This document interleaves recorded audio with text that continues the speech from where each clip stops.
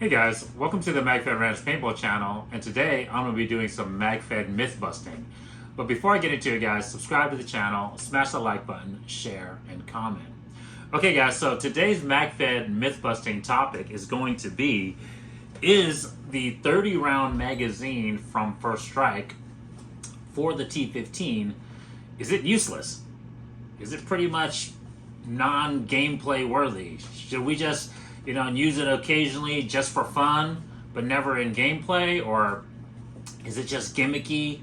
Is it just for coolness factor, just to go play and, shoot 30 rounds off really fast?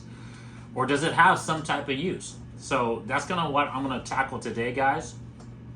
But before I get into it, guys, I'm gonna give, of course, kind of my reasons on why I find, this magazine is useful or useless. And it's in the context, we have to begin with the context of Magfed gameplay first off, right? And specifically Magfed against Magfed, okay? The reason why I want to start out with that gameplay premise first, guys, because obviously if we're playing against Hopper, or if there are teammates on your team that is playing Hopper with you, and you're just the Magfed guy or gal on the team, the 30 round magazine doesn't really pose an advantage to the standard 19 round magazine, right? You guys know me as well too. I'm obviously always talking about the context of FSR only gameplay, guys, right? First strike rounds only. But even in context of just round ball, if your other teammates are carrying 200 round hoppers, or if there's box mags allowed, that 200 250 rounds, and whether it's a hopper or a box mag, a 30 round magazine isn't going to give you an advantage. But when we're talking about a specific gameplay where box mags are not allowed, hopper fed is not allowed, and now this additional 11 round in the magazine, that is going to come to play in a huge advantage. Okay, so I want to start with that premise first, guys, because that's where this context of whether it's going to be useful or useless is going to be key. Because once again, if it's just a hopper gameplay or box mag gameplay, for the most part, it's going to be useless, right?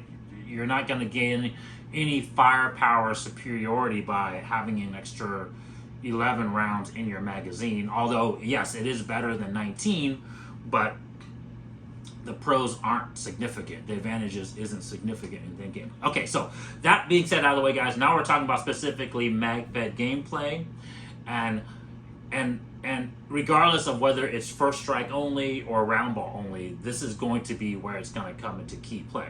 Okay, guys, there's a really good channel out there that I want you guys, everyone should go check out, subscribe to his channel. It's from a gentleman named Jeff Gerwich, and his channel is called Modern Tactical Shooting.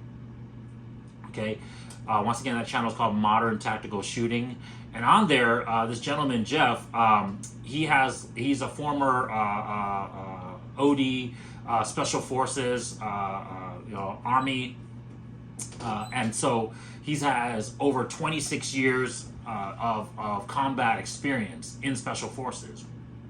And guys, go check out his video where he's talking about the XM5 rifle, the new Army Sig Sauer XM5 rifle, where, in his obviously well experienced opinion, that it wasn't a good choice for their new rifle. But in that video, guys, there's a clip of him, there's a section of him talking of where these rifles of yours are pretty much just a PDW, right? In essence, it's just the first weapon that you have in your means, right? Because you're carrying it around on a patrol or obviously in an engagement, and it's the first weapon that you're going to engage your enemy with. Okay, when you make contact with the enemy, and how to obviously win the fight and how to gain fire superiority, there's two ways to do it.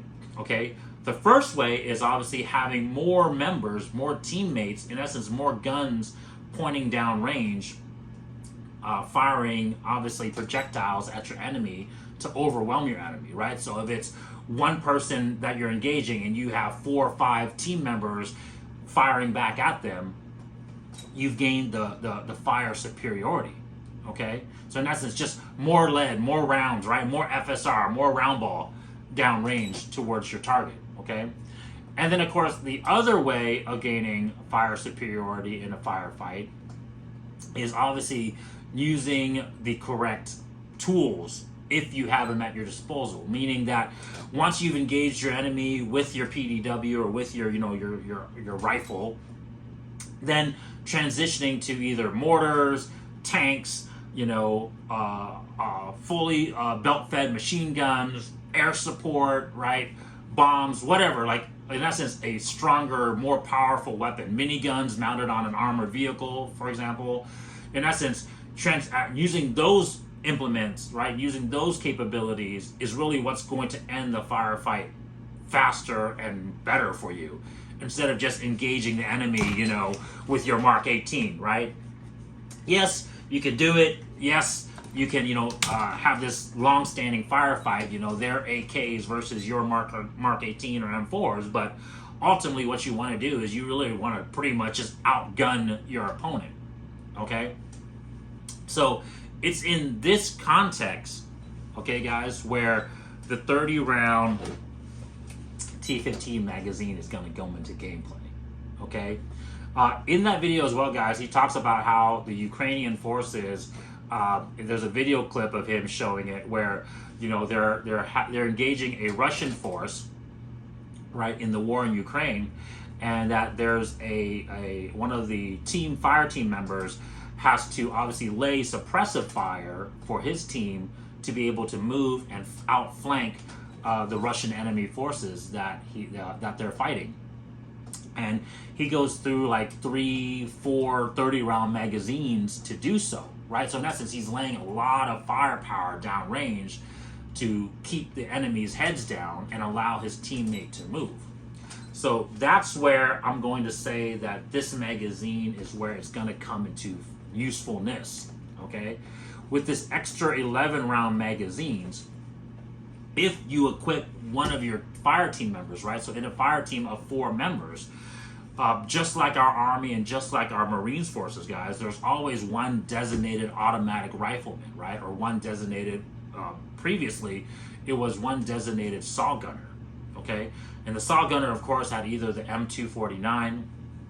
In some special forces squads, they had, of course, the M240, right? The 7.62 belt-fed rifle, right? But in essence, in the original format, it was just an M249. So in essence, you had 200 rounds in a belt-fed box magazine rifle that could lay suppressive firepower for your teammates to move, okay? Obviously, they recently switched everyone in the Marine Corps. I believe everyone switched to M27 IARs, right, from H&K. But the automatic rifleman is still given a loadout of a saw gunner, right? So whereas everyone is carrying seven 30-round magazines, the automatic rifleman, I believe, is carrying 600 rounds. So he's carrying 20 magazines, 20 30-round magazines to simulate a saw loadout. So in essence, his job still is to effectively lay a huge suppressive fire for his teammates to move. The reason for the switch, I'm not going to get into it too much, guys, but the reason for the switch from the from the saw to the M27 was that the saw was just inaccurate. It just wasn't a very accurate rifle, and it was also heavy. So, having to carry a heavier rifle that really wasn't that accurate, the Marines decided to lay suppressive fire through more accurate volume of shots, okay? And so that's kind of the theory that I'm going to implement or say to you guys here, where the 30-round magazine is going to come into play, right? Because if we're just playing MagFed versus MagFed, whether that's round ball or first strike, now one of your teammates, let's say 3 out of 4 of your fire team is loaded with the MR18 or the Mark 18, right? Some type of short barrel marker. And they have a loadout of let's say 5 or 6 19-round magazines, right? And that's kind of their standard loadout. Well, 5, let's say 6 magazines, right? That's 114 rounds of rounds, right? Whether it's round ball or first strike, okay? So 114 rounds. Now, we can simulate a saw loadout, and let's say your automatic rifleman, he could either carry the MR18 as well as shorty, but let's say he carries a longer barrel like this M4A1 FSP that we have here, or let's say like a MR12 clone, or a Seal Recce, like a 16-inch barrel clone marker, so that way it has a little bit more accurate shots at the longer distances. And then also maybe he has a bipod attached to this marker, so that way if he needs to put it on the ground, go into the prone position, so that way he has a more stable platform to fire more rounds off, to give off the suppressive fire that the team needs. And then with his loadout, instead of 6 19-round magazines, maybe he'll carry 5 or 6 of these 30-round magazines, right, guys? So let's say if he just carried 5 of these 30-round magazines, that's 150 rounds versus his teammates 114, right? Or let's say he carries 6 of these magazines, right? That's 180 rounds, right? So he effectively almost has double the round capacity that his teammates has. Also, he has not having to reload as frequently, right? He can lay that suppressive fire down, right, with the 30-round magazine as his teammates moving, and he does not have to reload as frequently. And like I said, guys, go check out that channel from Mr. Gurwitch. Great channel, great resource. I love all his videos because it's really, really informative, straight to the point. He seems like a very humble gentleman, and he, like I said, he has a wealth of knowledge that he's giving to us out there. But he says in that video too that one of the reasons why he doesn't, his recommendation was not to move to the XM5 is not only is it a heavier rifle, right? It's like almost 13 pounds fully loaded, but it only has 20-round magazines, almost kind of like the old school M14. Plus, you add in the heavier recoil of the new 6.5 round, right? But even if, let's say if it was a 7.62 round, it's going to be a heavier recoil than our 5.56 rifles. So, of course, in paintball, we don't have to worry about the recoil, right, guys? But in terms of the 20-round mag capacity, that's very similar to our 19-round magazines for our standard T15, right? So with the 30-round magazines, we can effectively lay suppressive fire more for that automatic rifleman position. Or sometimes I like to call it like the DMM position too, because watch my other video, guys, where I go over the DMM position and the loadout. But I stated in that video that one of the responsibilities, right, or one of the objectives for the DMM might be laying suppressive fire for the fire team to move. And so, having your DMM equipped with a few 30-round magazines, right, they already have a marker like this Mark 12 clone here, right? So they already have a marker similar to this Mark 12 clone here that has a bipod on it, and then of course already a variable speed optic with magnification. With the 30-round setup, yes, this will be definitely a heavier loadout and a heavier just kind of rifle, right? A marker for that position to carry, but it's still going to be lighter than carrying a saw platform with all the accessories on it, right? And now you can still get that extra 80, 60 to 80 rounds of suppressive fire. And of course now too, you have that long range accuracy and precision capability with the longer 18-inch, 16-inch barrels, right? So that's kind of the concept, the ideology behind that. And I will tell you guys, from my experience, that was super effective during the time that my team and I were playing. Like exactly what Mr. Gurwitch is talking about. You know, our whole motto, because back in the day we played that style of gameplay where like literally we were advancing the enemy as a team.